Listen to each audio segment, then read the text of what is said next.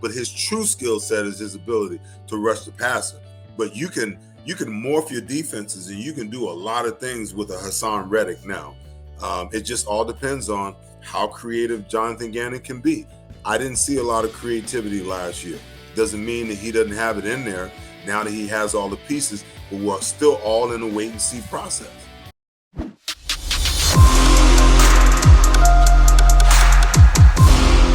We'll see. Hey, guys, don't forget, tonight, I'm also going to be on the Seth Joyner show, and I'm going to be there with Hollis Thomas, and we're going to be talking some ball.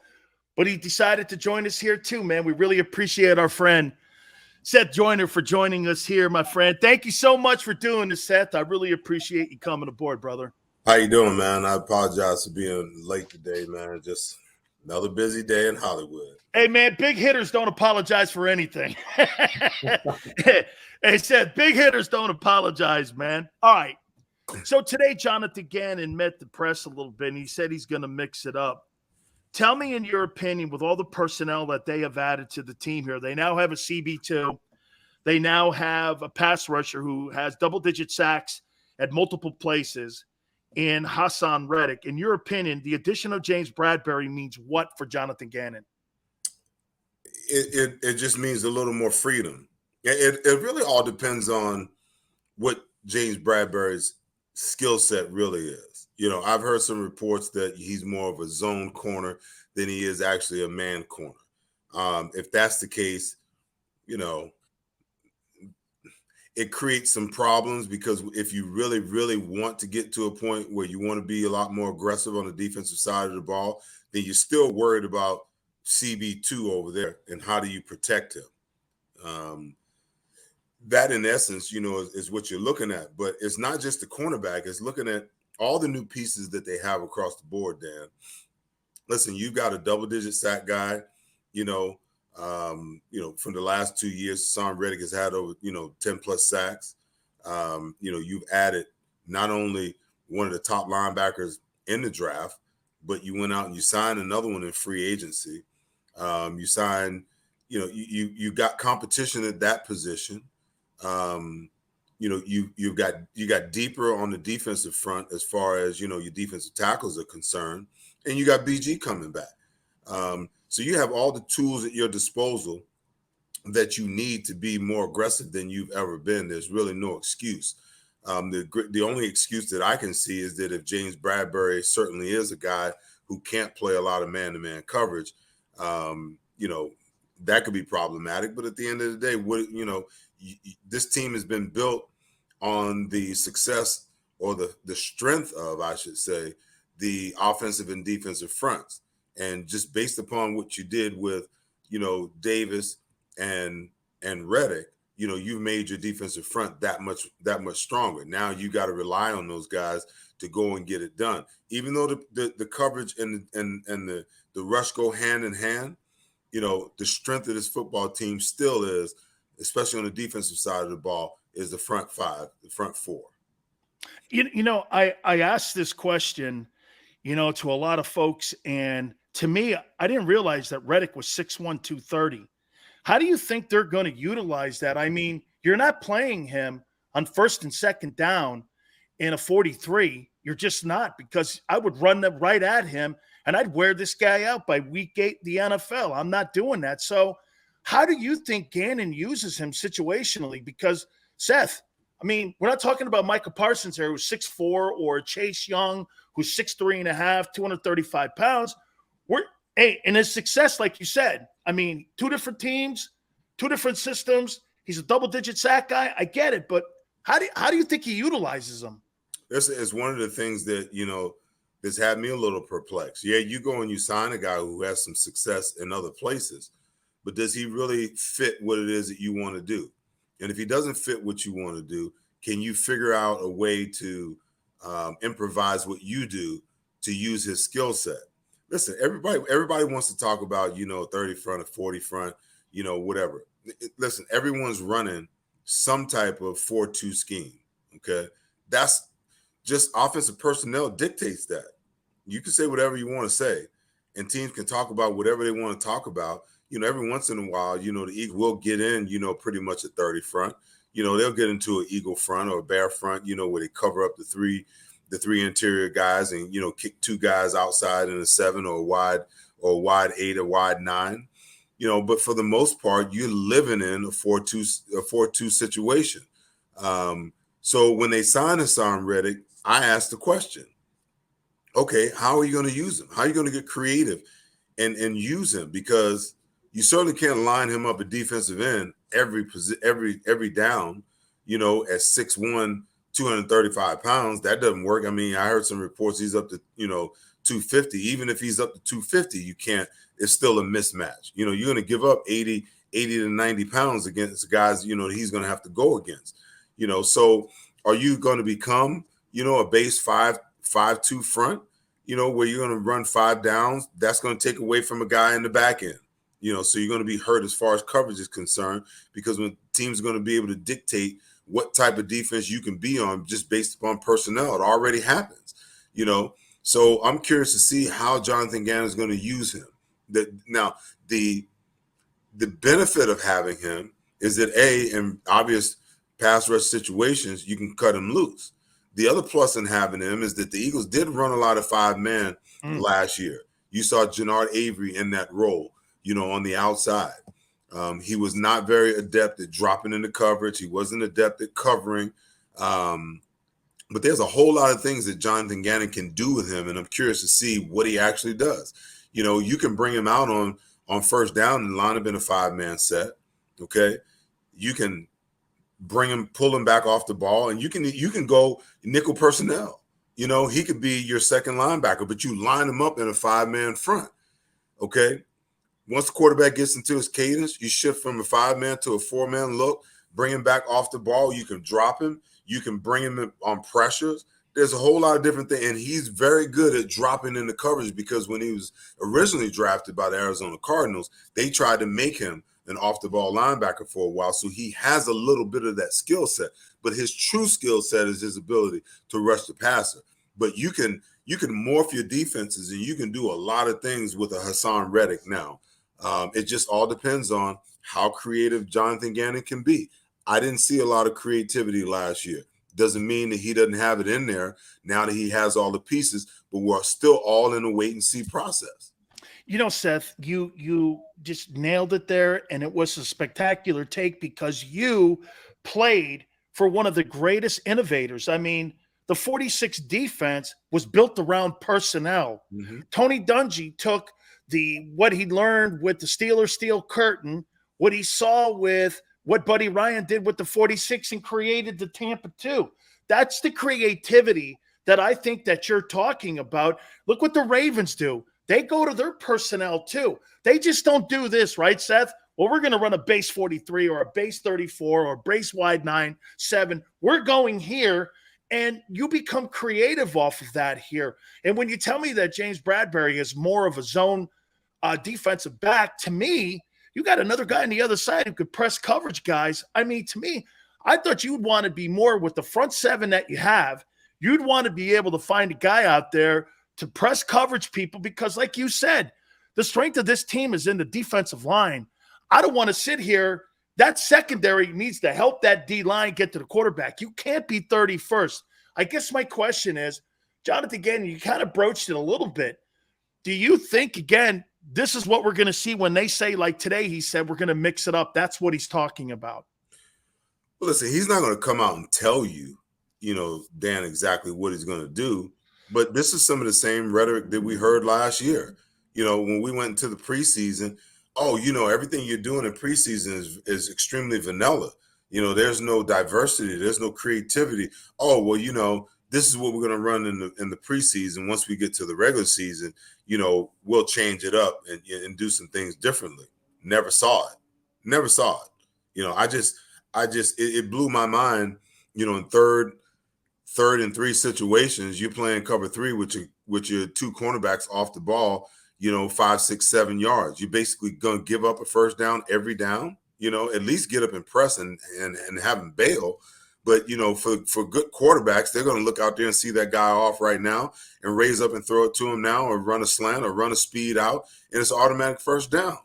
I just didn't see the diversity in what they do. I didn't see, the blitzing situation was very predictable. And anytime Alex Singleton walked up on the line of scrimmage, you knew that the blitz was coming. If I could see that from an analytical standpoint, you mean to tell me the guys that are paid on a day in, day out, month in, month out, year-to-year basis to get paid to digest and look at this and eat and sleep it all the time, you think they're not going to pick up on that? You think they're not going to pick up on that on a 4-game breakdown when they're game planning for you? So I just don't see it. I don't see, I have to see it. I'm curious as to, who is the guy that Jonathan Gannon came up under, okay? And what was his defensive philosophy? Because a lot of times, you are a chip off of where you come from. Yeah. Your mentality is the same as where you come from. So, if your mentality is a cover 3 shell or cover 2 shell, then that's what you're used to. You're going to bend but don't break. The problem with that is, and I'll continue to say it because I come from, a very aggressive, natured defense coordinator for the majority of my career, is that I know that football players take on the personality of their coaches. Okay. Now, if you got a kick-ass, head coach, well, guess what? His team's going to be kick-ass. If you got an aggressive defensive coordinator, guess what? Because of his play calling, that forces you as a player to be more aggressive. But if you're calling plays from a very passive standpoint, then that causes your players to play passive. And a lot of times last year, you saw the Eagles defense extremely passive. Now, some of those guys will come back and say, oh, well, Seth doesn't understand situational football. The hell I don't. I played in the league for 13 years. I know what situational football is all about. We knew what situational football was, while you were in Pampers and diapers and whatnot. So don't talk to me about, situational football. There comes a point in every single game where you got to let them hang, where you got to say to yourself, you know what? We got to come and we got to bring pressure.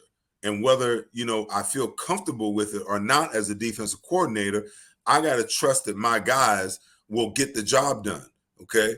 So if you're going to talk about going for it on 4th and 1, from the 1 yard line, or 4th and 1 from the 50, but yet you get in situations in the game defensively where it's 3rd and 7, and you never show an ounce of aggression.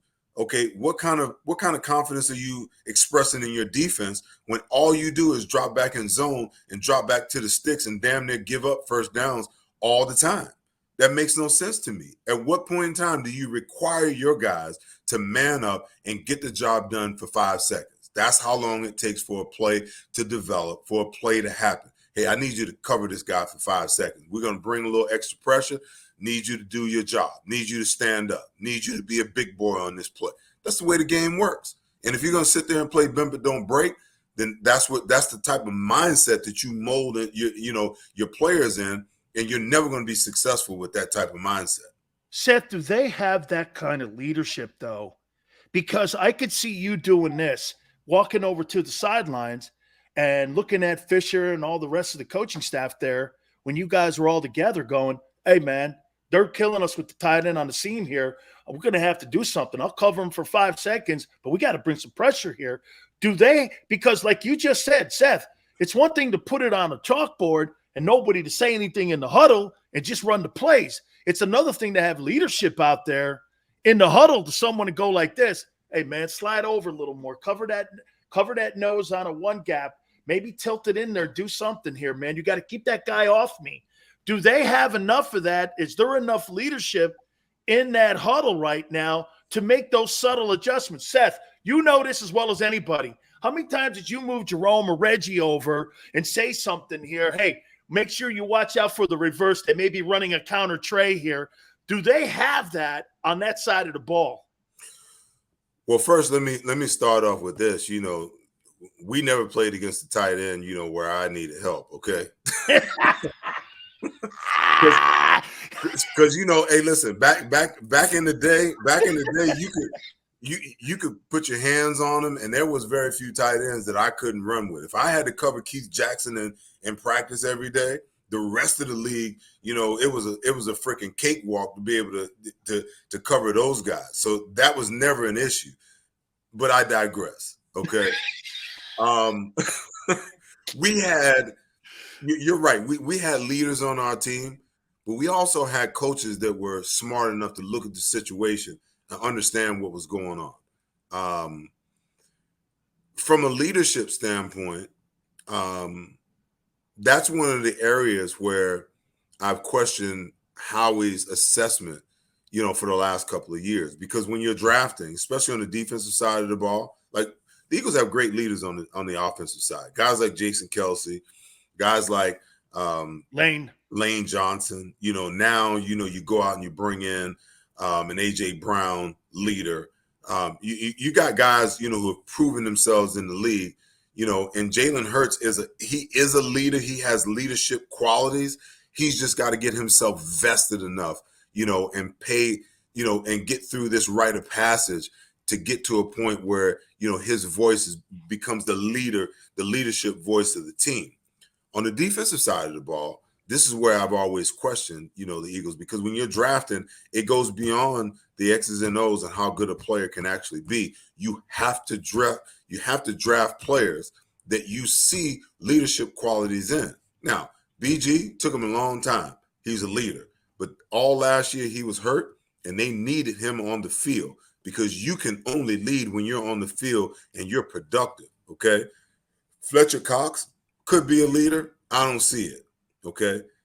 They lost major leadership when they let Chris Long walk and they got rid of Malcolm Jenkins. From that point on, I haven't seen any leadership. Now, people can talk about Darius Slay being a leader. Yeah, but you want to know something? Your leaders also have to be right there in that box. You got to have an offense. You got to have a lineman, or you got to have a linebacker, that has a voice right there in the middle. Not a guy way back there somewhere where can't nobody hear him. Listen, Jerome Brown was the leader on our defense, okay? Byron Evans called every defense, in regular situations. He was the leader on our defense. A guy like Andre Waters and Wes Hopkins, we had alpha males on our team. And if you don't have enough alpha males that can step into those leadership roles, it hurts your defense. Because what I do know is when you lack leadership, what winds up happening is guys try to step into those roles that haven't earned those roles. And then what winds up happening is you create these factions, within the unit.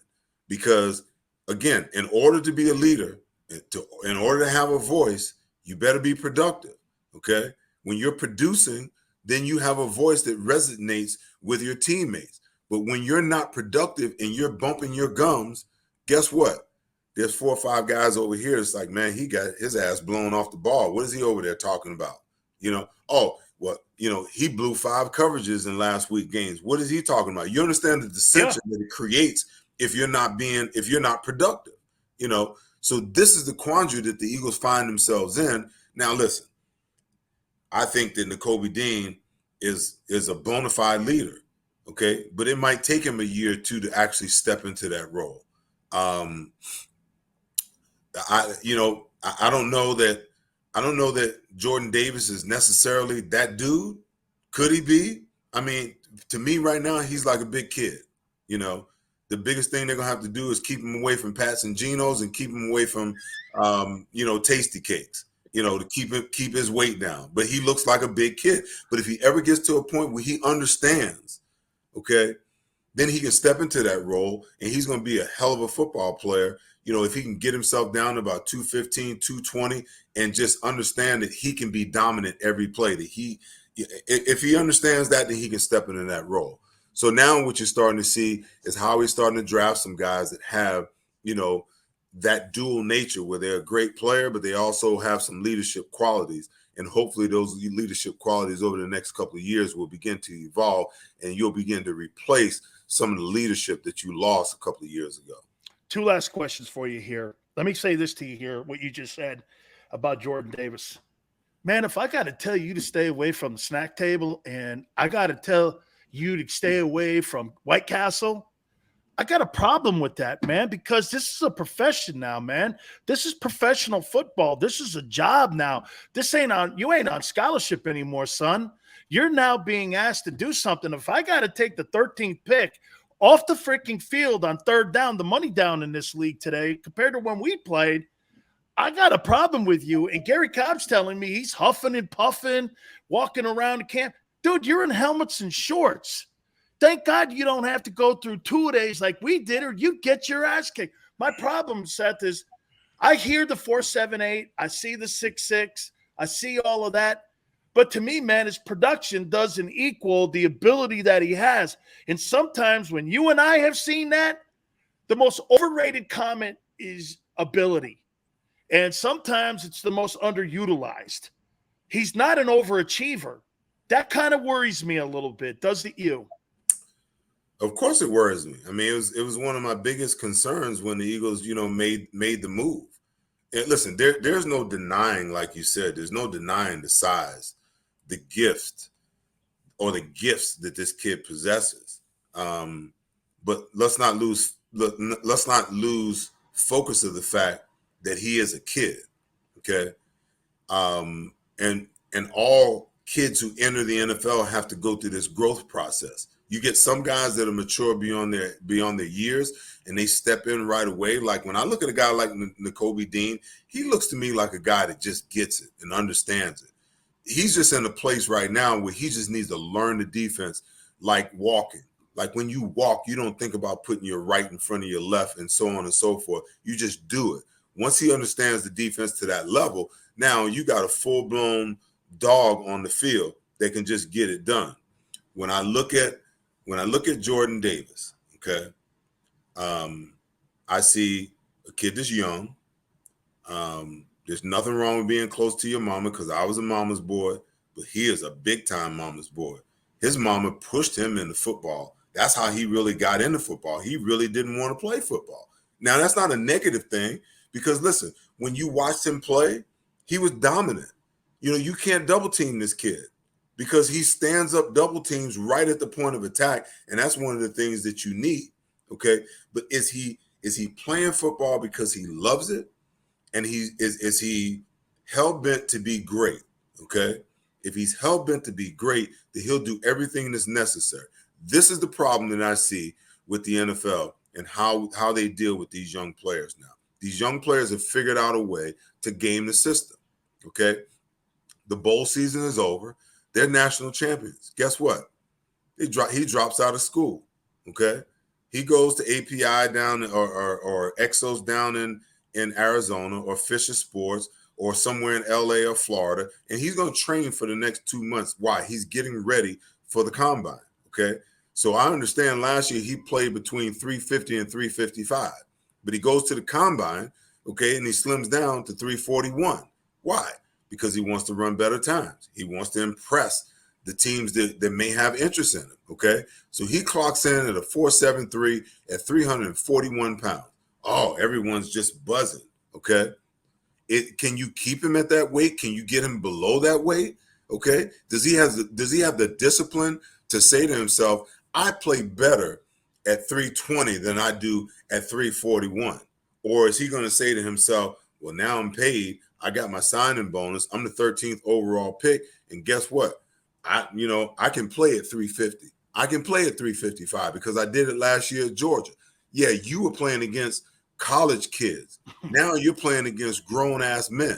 And in order for you to be successful against these grown men, you need to get in the best shape of your life. You need to lose the baby fat. You need to put on some muscle. You need to harden your body, and you need to be ready to do battle, because these guys in the NFL, it's a whole nother level, okay? So now the question is, do you really want to be great?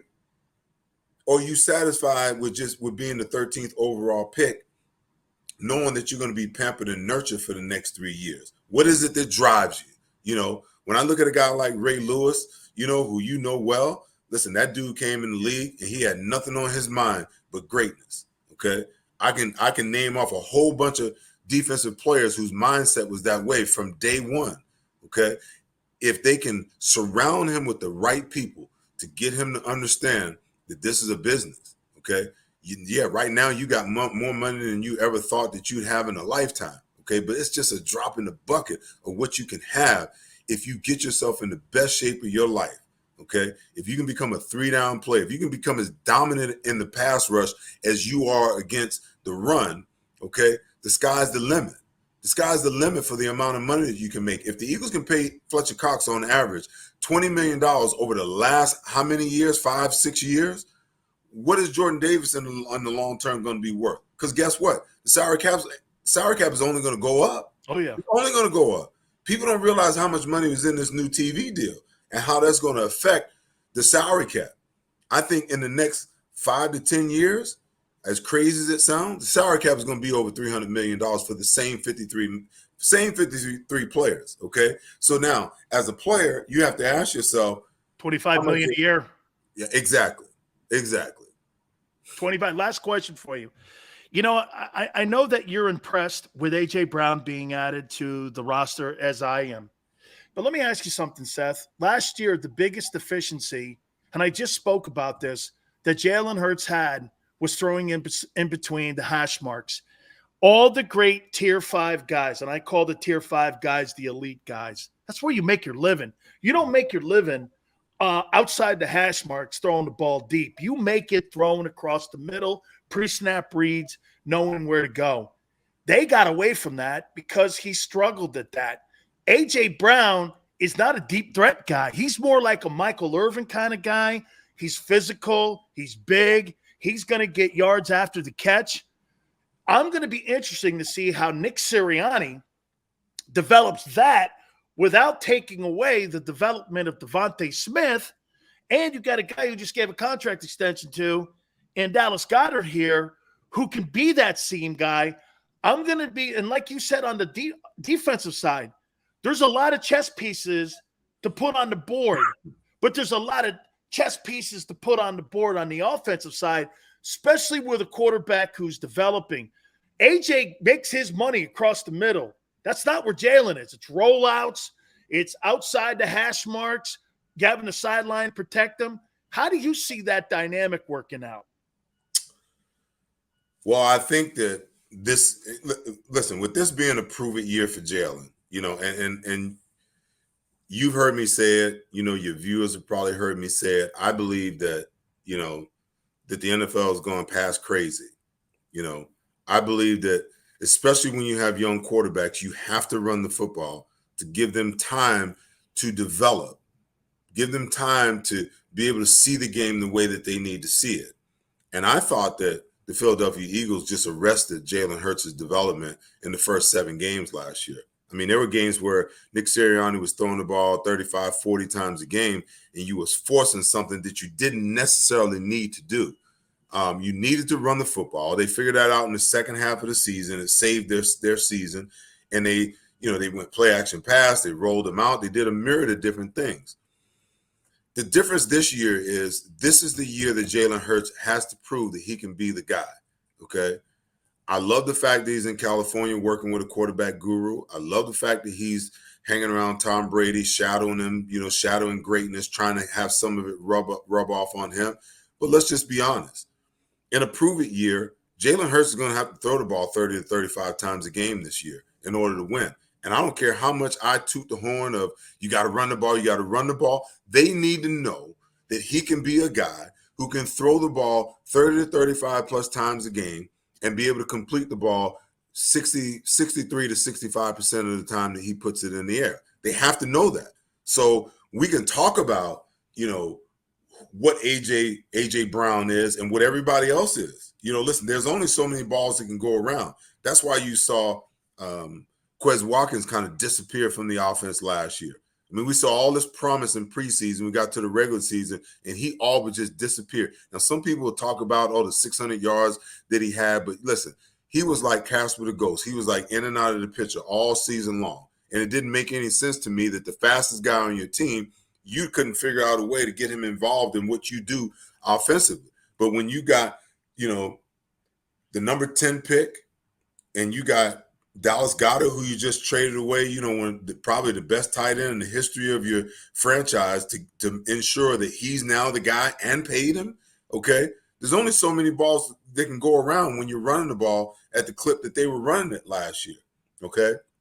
This year, there's going to be enough balls to go around. How they choose to, you know, use A.J. Brown, you know, is yet to be seen. But what I do believe is that AJ can do a lot of different things. I think that sometimes people fall asleep on his ability to get vertical on defenses, especially when defense is going to show that, hey, we're in man-to-man coverage and we think we can run with AJ Brown. Guess what? AJ Brown's a lot faster than people give him a lot of credit for. So while the majority of the work that he does is underneath, it's those situations where, see, and this is my thing, Dan. This is my thing about throwing the ball deep. Everybody says, oh, you got to have shot plays. Oh, you got to have shot plays. So you're just going to line up on first down and say, oh, we're just going to take a shot here? No, it doesn't work that way. Buddy Ryan used to always say, he used to tell the defensive lineman, hey, you have to earn the right to rush the passer. You know how you earn the right to rush the passer? You shut down the run and you put them in a predictable passing situation. If you don't shut down the run, then they can stay balanced on you and keep you off kilter.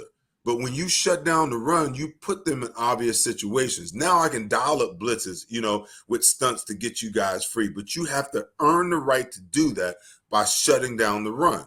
Now, let's talk about, on the offensive side of the ball, okay?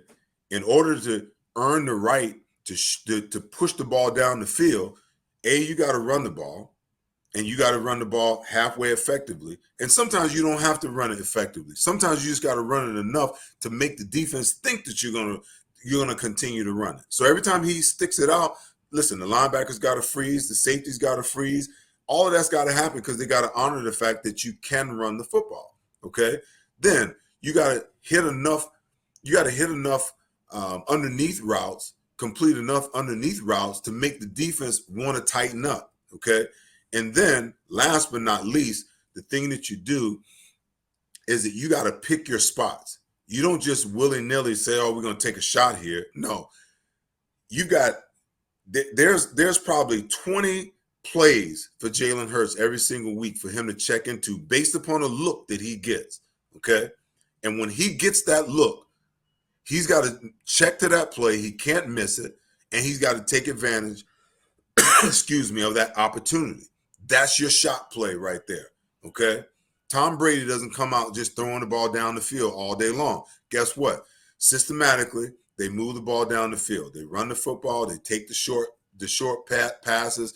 They systematically score points every possession, every other possession. And when they get a lead, then the defense is in a position where now they got to do some things uncharacteristically, things that they don't necessarily like to do. The game is on the line. They got to bring pressure. And now Tom sees the pressure and he looks out and he sees he's got Gronk matched up with a guy that's half Gronk size. Guess what? He's going to take a shot. Or Mike Evans or Chris Godwin with a favorable matchup because they know the matchups and they know who they want to attack, So now those are the times where you take your shots down the field. But you got to earn the right to do that by setting that up. And to me, that's all offensive coordination. So when you're just calling plays off the top of your head, you're not coordinating anything. You're not confusing defenses. You're not giving them one look against the run and you give them the same look. And then here you go play action pass off of it. You have to set it all up. And for Jalen Hurts, Nick Sirianni is going to be the key to how he's able to set it all up and then take those shots downfield. And hopefully we can see the growth and the improvement in his ability to not only push the ball down the field, but throw the ball with timing and rhythm. Everyone wants to talk about how weak his arm is. That's not the case. Most college quarterbacks, especially running quarterbacks, don't understand the principle of throwing the ball on time and in rhythm in the NFL. Why? Because they're used to running the ball like crazy in college, going play action, and looking down the field. Do I want to throw it to him, or him? No. In the NFL, it ain't like that. Even if a guy gets a step, while the ball's in the air, he can close the gap. So the ball has got to be out on time, 3-step, 5-step. It's got to be out on time, and it's got to be out on rhythm. And that's the only way that he's going to get better is to learn and understand how that process works. Love it, man. Hey, Seth, by the way, I had Keith Byers on last week, and I went like this to him. I go, you think Seth Joyner is a Hall of Famer? And he went like this. You're damn right that dude's a Hall of Famer. And you know what, Seth? It's funny. I get asked by the Hall of Fame voters all the time about particular guys, and when they get down to their final 15, there's about 10, and people know this who watch the show, I give my 5 guys that I think should be on that list. And a lot of people are asking me about Zach Thomas. Zach Thomas is not better than you. And so I will make that proclamation. And I know the people in the Miami media are wanting me to push that guy. But does it ever cross your mind, Seth, with the career that you put together? A lot of you guys were overshadowed by the likes of Reggie and Jerome, that sometimes guys, they kind of fall through the cracks a little bit because you play on such a great defense. They always assume, well, look at Jack Ham. Jack Ham was a really good player, but look at the guys he had in front of him. I mean, do you ever feel like, does that ever cross your mind when you put your head on your pillow that, hey, some of these guys that are being considered for the Hall of Fame, I've really never really been in that conversation. Does it crush your mind? Hey, listen, I'm on the nominee list. I've been on it for the last 3 years. I don't talk a lot about it, Dan, because I'm of the belief that, when you have Hall of Fames, in different ones, I'm a member of. I'm a member of the one, back, in the town, in the city where I grew up. I'm a member of, the one in my college. I'm in the Eagles Hall of Fame, I'm in the Philadelphia Sports Hall of Fame. All of these Hall of Fames are subjective, okay? And when they're subjective, you have someone else that is making a decision on whether or not you deserve to be in their Hall of Fame or not. Is that flawed? Because Kurt Schilling last week on my show said that that's the system. That's part of the system that's flawed. Hey, listen, it is what it is. And I mean, and you can't get bothered by it. That's just the system, and that's the process, And I tell people all the time, I did not get into pro football, to be a Hall of Famer. Although it would be a tremendous honor to be one, I got into pro football because it was my dream to be a professional football player and, to try to maximize, my abilities. Listen, at the end of the day, the voters are going to vote for whoever they want to. It'll be, what it'll be. I will say this about, guys who kind of get overshadowed by. You think Eric Allen's overshadowed? No, Eric Allen, I'm perplexed. And I'll talk more about him, not being in the Pro Hall of Fame, than I ever would me. That's a straight up travesty.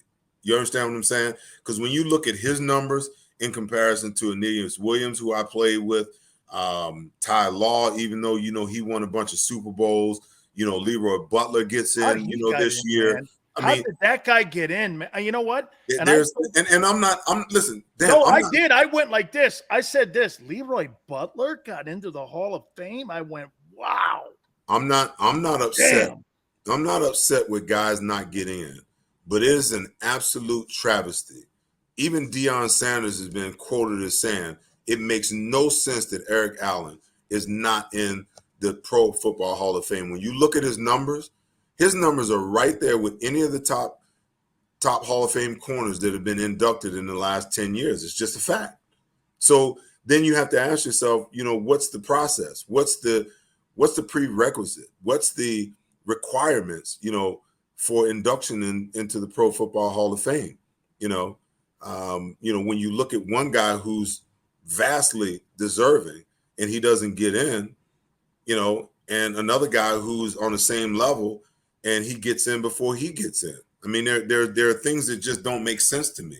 And lastly, just to talk about, you talked about Jack Ham and playing with such good players, great players. And in my case, playing behind, a Reggie White, a Jerome Brown, a Mike Pitts, a Mike Golick, a Clyde Simmons. Okay. Those guys in our front could probably go down as one of the greatest fronts of all time. Okay. Absolutely. So now, when I look at Pitts, Jerome Brown, Clyde Simmons, and Reggie line, Purple People Eaters, the Sack Exchange, shit like that, they're right in there.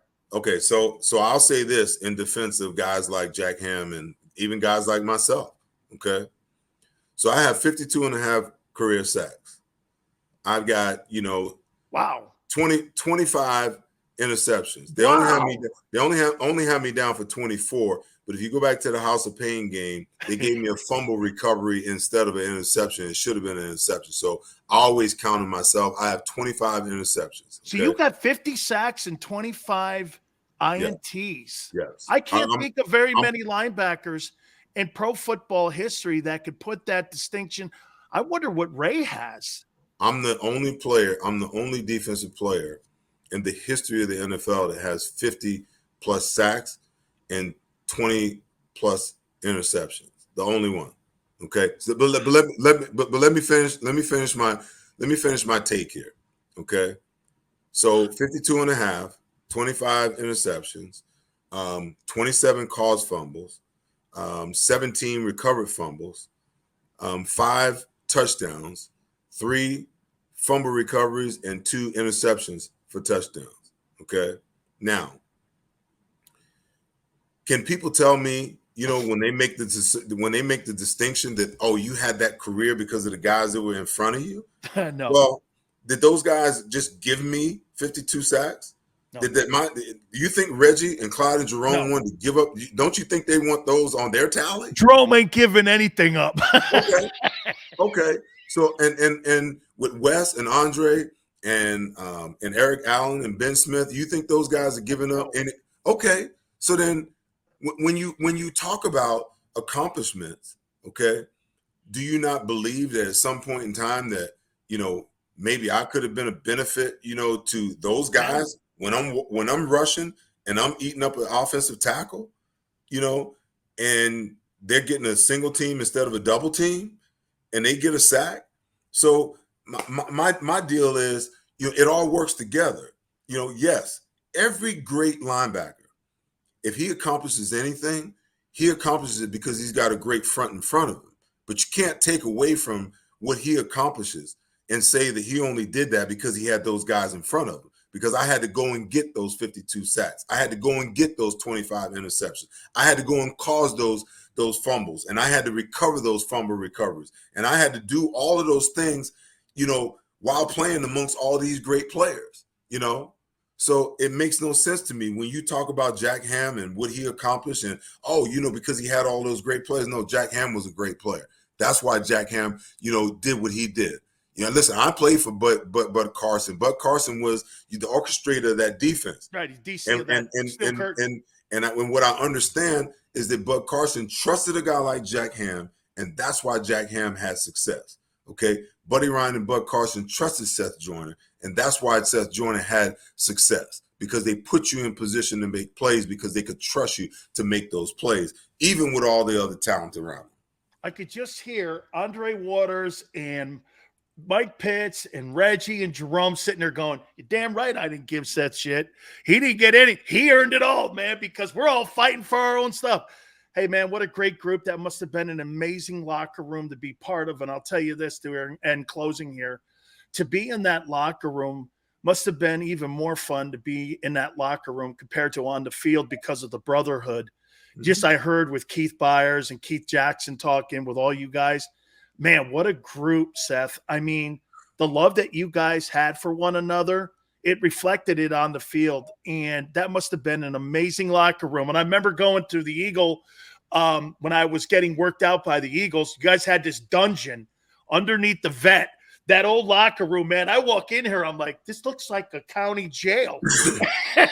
It looked like a county jail. And I could just imagine what that locker room must have been like. It must have been sensational. Dan, it was home, man. It was home. And we, Reggie was the elder statesman. When we got there, there was no doubt that guy was going to be there, but Buddy came in and pretty much cleaned house. I think Reggie was the elder statesman, Wes Hopkins was the elder statesman, and Andre Water was a holdover. All three of those guys. Everybody else, we grew up in the game together, and Buddy always figured out ways to keep us together to the point where, okay, I got to know Clyde and Jerome and Reggie and Andre and Eric Allen, and when you spend that much time around each other, you get to a point where it's like, you know what? I get to know their families, their kids, their loved ones. And then and when you create that kind of camaraderie and that kind of brotherhood, then every time that you take the field, you move away from, just playing for yourself. You start to play for your brother. You start to lay it out on the line for your brother. Even when you're hurting, and you're on the sideline, you don't want to get back in selfishly just for you. You want to be back out there with your brothers because we're all out there battling. We're all out there fighting together. You know, I think that's an important piece, an important part of how you build a defense. Okay, how often can I keep my guys together? Because the closer they are, the more they know each other, the communication gets better on the field. Caring about each other is a big part of being a team, even though it's segmented offense, defense, and special teams. Caring about each other is a big part. And then getting to a place, teams only win championships when they realize that it ain't about them, okay? The quarterback's going to get more credit than he deserves, and when you lose, he's going to take more heat than he deserves, okay? But it's about everybody.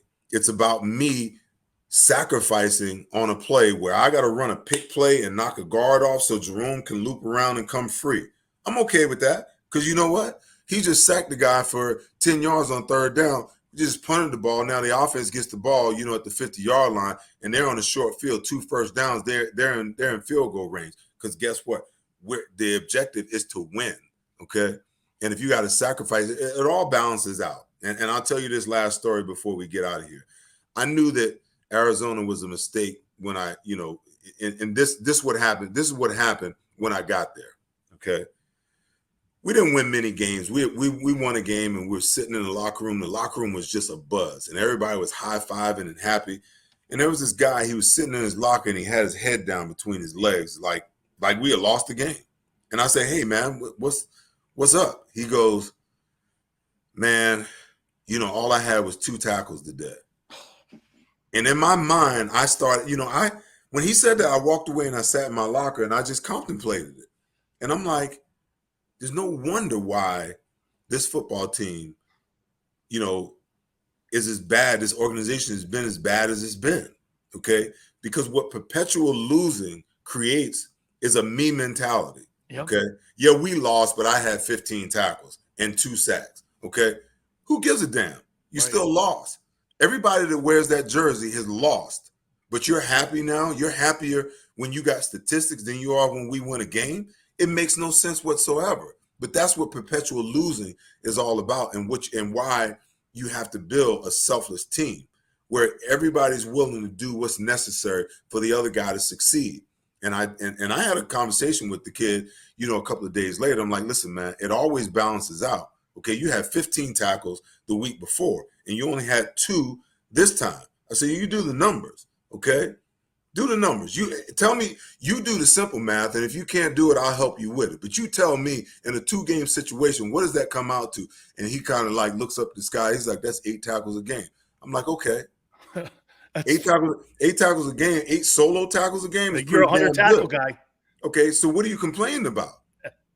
What do you complain? It's always going to ebb and flow in that manner. That's just the way it goes. You're going to have good games. You're going to have bad games. You're going to have extraordinary games that even bumps your averages up that much more. But when you become so accustomed to losing, you got to find wins wherever you can get them. And those wins normally come with self-achievement and how I played today and how I'm perceived. And teams like that never win a damn thing. Seth, I have to put this Keith Byers question to you. One last one, please. He said, I asked him what broke the team up and what stopped you guys. He said, Norman Brayman, we had a deal for Jim Lachey. We were going to bring him in to upgrade the offense. I had never heard this. And I said, what do you think caused that team at the end of the day to get broken up and Reggie to leave? I said, I don't believe Jerome or Reggie would have left Philly if Jerome hadn't died. And he agreed with that. And he also said, though, that he was forced to because Norman Brayman wasn't going to pay Reggie the money to stay in Philly. Did that whole thing get blown up? And did Buddy Ryan get blown up because the owner just didn't want to keep the team together because of finances? Well, is that a true story? I think that, listen, the Jim Lachey story is 100% true because you got to remember, Jim Lachey went to Ohio State. He played with Keith at Ohio State. So Keith was the one that was trying to facilitate that trade. And that trade was going to happen. You know, we wound up not getting Jim Lachey. He goes to Washington, of all things. Yes. Washington winds up getting him, and that same year that they traded for him, they won the Super Bowl. With Buddy, it was more of a situation where, you know, we lost in the first round of the playoffs 3 years in a row. And what wound up happening was during this whole time, Norman Braman was hardly ever around. He'd come around like once or twice a year.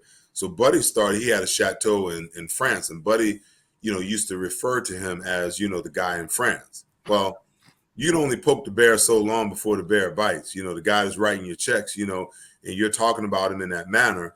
And just the fact that, you know, when they brought Richie Kotite in and they made Buddy fire, what's Ted's last name? I can't remember him right now. Ted Cottrell? No, Ted. His name will come to me. He was the offensive coordinator, and they made Buddy fire him, and they made him hire Rich Kotite. And I think everybody could see the writing on the wall. They knew at that point in time that if we didn't win at least a first round game the following year, that third year, that there was going to be a change coming. And we just were not offensively equipped, you know, to get done what we needed to get done. The best chance that we had was, you know, the year when Randall blew his knee out. Yeah. You know, I mean, we lose Randall the first game of the season, and, you know, we go number one across the board in defense, and we go 10-6 and we don't even make the playoffs, you know, with 5 different quarterbacks starting that year.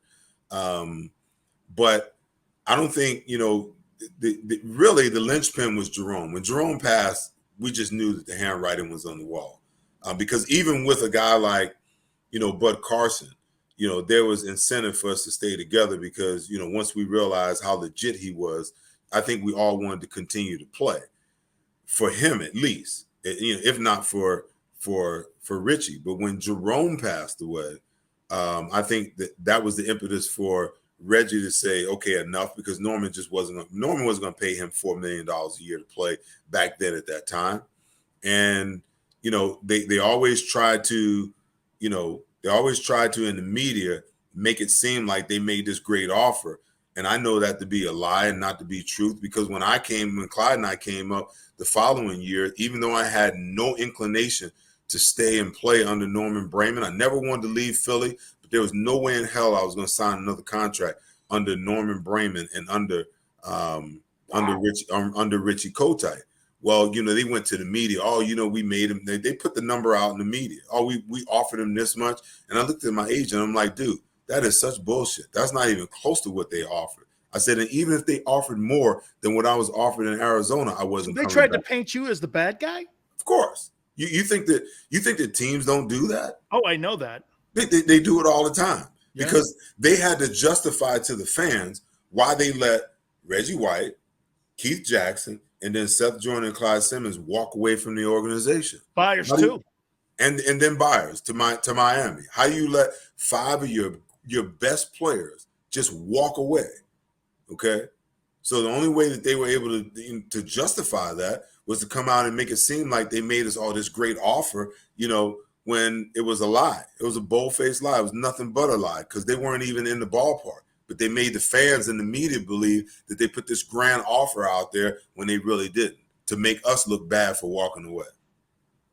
Man, what we could sit here. And by the way, don't forget tonight, 7:30 Eastern time, I'm going to be on with Seth and with Hollis Thomas. I can't wait to talk ball with you. Seth, you're one of my favorite people, and I see why JB and Keith and all them dudes love you, man. I mean, you're one whale of a teammate, and I could just see you going like this. Move your fat ass over in that 3 technique. Dude, you're getting me killed on the center. No, hey, listen, the one thing that I never had an issue with, listen, Jerome and Mike Pitts were technicians. Anytime I was off the ball. Wait a minute. Jerome never ran around a block. No, but what he would do, see, the difference was, I got so many great stories. So you remember Eric Swan? I do.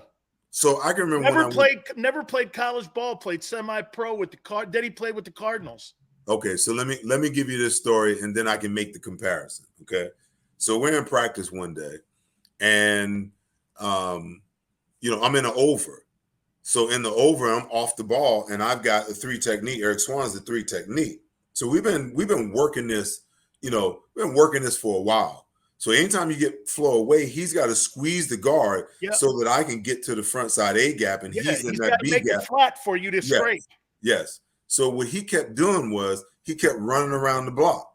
So every time that I would take a step, bam, the guard would like hit me in the mouth, knock you off your scrape lane. So I got pissed off one day, and 9 on 7, and I'm like, damn it, Swan, if you ain't gonna excuse me, I said, if you're not gonna hold the jump through, tell me. Oh man, well I can go make plays if I want to. I don't need to tell. I'm like, play the damn technique. If you're not gonna play the technique, then just tell. I don't have to tell you. I can run around and make the playoffs. I'm like, listen, man, I played with better than you'll ever be. And you know what they did? They either ran the technique or they told me they weren't going to do it so that I could deepen up, okay, and get across that block. All right? But just to do it and have me expect for you to do it the right way. Seth, that's insecurity. That's insecurity talking right there. So when I talk about Jerome Brown, okay, what Jerome would do, Jerome would be down the 3-point stance and he'd turn and look at me. He's like, hey, man, I'm gone. And I'd be like, gone where? Now I knew what he meant. Listen, I knew what he meant, okay? But in the grand scheme of things, I was like by the letter. It wasn't until later in my career where I started to take chances where I could really understand the fronts and where the weaknesses and the strengths were. Then I would take chances. But early on, I'm like, going where? And it took me a while to understand. Okay, when he says I'm gone, he's jumping my gap.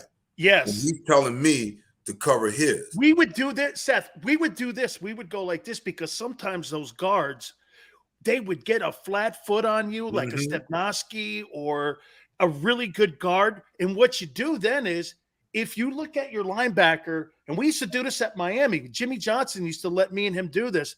Hey, I'm going to come backside on him. What it does is, it stops that guard from hard playing your front side because what it does is then he's going, you think he's going to jump me from behind and make the play off my backside? Because that guy's got to come down and try to scoop him and slip him. I hit the gap. What it is a chess game. And you stop that guy from over going down on you on your front side shoulder. So that's why Jerome would do that, is to stop that guard sometimes from getting flat on him because he may be getting to his inside or his outside. That's why he would do that. And it's a brilliant move. But like you said, you got to have a guy behind you that's willing to do that because most of the guys don't want to do that shit. No, listen, all he's got to do is communicate to me. If he tells me what he's doing and I know, I'm like, okay, I'll just deepen up to 5 yards instead of 4.5 to 4. That way I can get across the block. Okay. But if I'm expecting for you to do your job so that I can do my job and you don't do it, now we got a problem. If you tell me that you're going to go, just tell me you're going to go. Okay. So now, what? So now instead of me lining up where I'm lining, I line up stacked behind you. So when that guard slips, boom, I can get downhill and get right in that gap right now. It's easy, But when I'm trying to read and he's not my number one read, and then I got to get across and I can't get across because you ran behind, you let the jump through off and you ran behind the play, that's problematic, And I just told him, I was like, listen, I play with guys, man, like Mike Pitts, he died before he let a jump through get off. Absolutely. Jerome, he would die before he let it get off. And if he decided to do something different, he at least had the wherewithal. He understood what my job was. So in order to do that, he said, okay, I'm gone, man. And you want to know something? 95% of the time when he said, I'm gone, he made a play in the backfield for a loss. 95% of the time. That just tells you how smart you guys were and the savants that you are. Please, tonight, this continues tonight with Hollis Thomas, 7:30, the Seth Joyner Show. Seth, that show is going to be fired. Oh, man. No doubt, dude. Have you ever been on with Hollis? I have not. Dude, let me tell you something, man. You might want to have a beer before you come on. He is a piece of work. We're going to have so much fun. I'm telling you, people are going to wish people are going to wish that we had a 2-hour show tonight. They're going to wish that show never ended, because he is a piece of work. There's nothing that won't come out of his mouth. I'm at least a little bit cautious about the language that I use. This dude, he is off the charts. And it came up in my mind when you contacted me last week, because I was with him at a golf tournament last week, and then you contacted me about coming on your show, and I was like, you know what, this is gonna be the show of the year. I'm gonna get Big Sills, and Tank to come on the show together. It is gonna be on fire. I'm telling you. I can't wait till tonight, Seth. Man, I so thank you for our friendship that we have forged here, and I can't wait to shake a palm with you face to face, man. Thank you so much, brother. I love you, man. Thank you for doing this. Seth Joyner, my friends. Please hit the like button. That was absolutely spectacular, the amount of time that he spent with me here. Time for Morgan & Morgan, my friends, where the fee is free. Means this: they do not get paid unless you do. Finding an attorney is one of the most important things that you could possibly have if you're hurt or injured on the job. Morgan & Morgan, for the people, it's not a slogan. It's who they are. It's what they do. That is getting fair compensation for all of their clients. Last 30 years, $13.5 billion in compensation settlements for their clients. That's what it's about. They're the biggest casualty law firm in the United States of America, and no case is too small for them. There's no such thing as a fender bender. With the army of attorneys of over 800 in offices in Philadelphia, New York, in Florida, and across the country, they will do battle for you, making sure your family gets that fair compensation. Call them. It's free. 800-512-1600. That's 800-512-1600. The consultation is free. 800-512-1600. Open 24 hours a day, 7 days a week. Morgan & Morgan is there for you. And when you call them, do me a favor. Tell them your boy Big Sil sent you. Many times when people are injured at a place of business, they don't realize they may have a case. The fact is, injuries should not happen. And most of the time when someone is injured, someone is at fault. Maybe the store manager installed a cheap, slippery floor, or there wasn't proper security. After an injury at a hotel, restaurant, store, or any place of business, it's so important to call us. Time matters, size matters. Morgan & Morgan, for the people.com.